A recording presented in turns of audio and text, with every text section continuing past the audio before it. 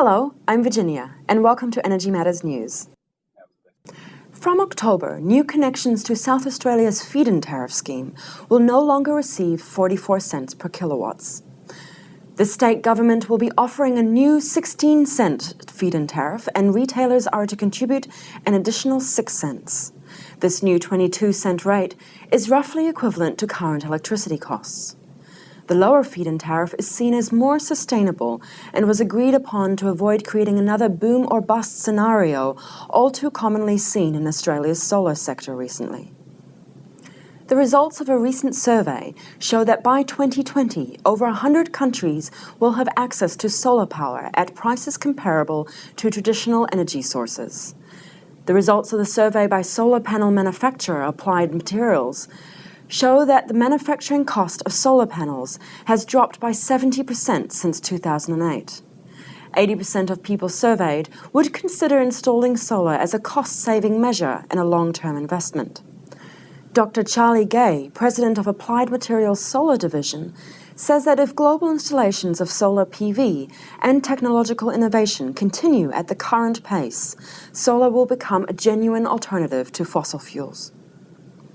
The world's largest technical association, the Institute of Electrical and Electronic Engineers, say that solar PV is set to become the most economical form of power generation.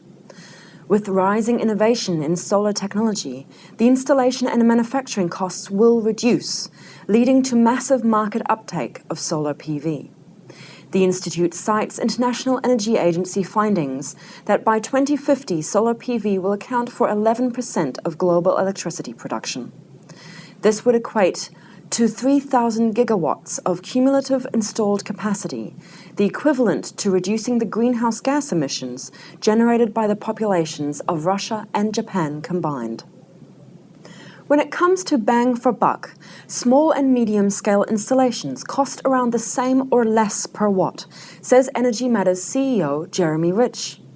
Mr. Rich praised the government on its recent support of large-scale PV and believes that major projects will become more economical without subsidies in the next few years. However, until then, Mr. Rich believes that small to medium projects provide as great, if not greater, value for money. A collection of rooftop systems would need up to 10% fewer panels to deliver the same amount of electricity as a solar farm, due to reduction of electricity loss to the point of consumption.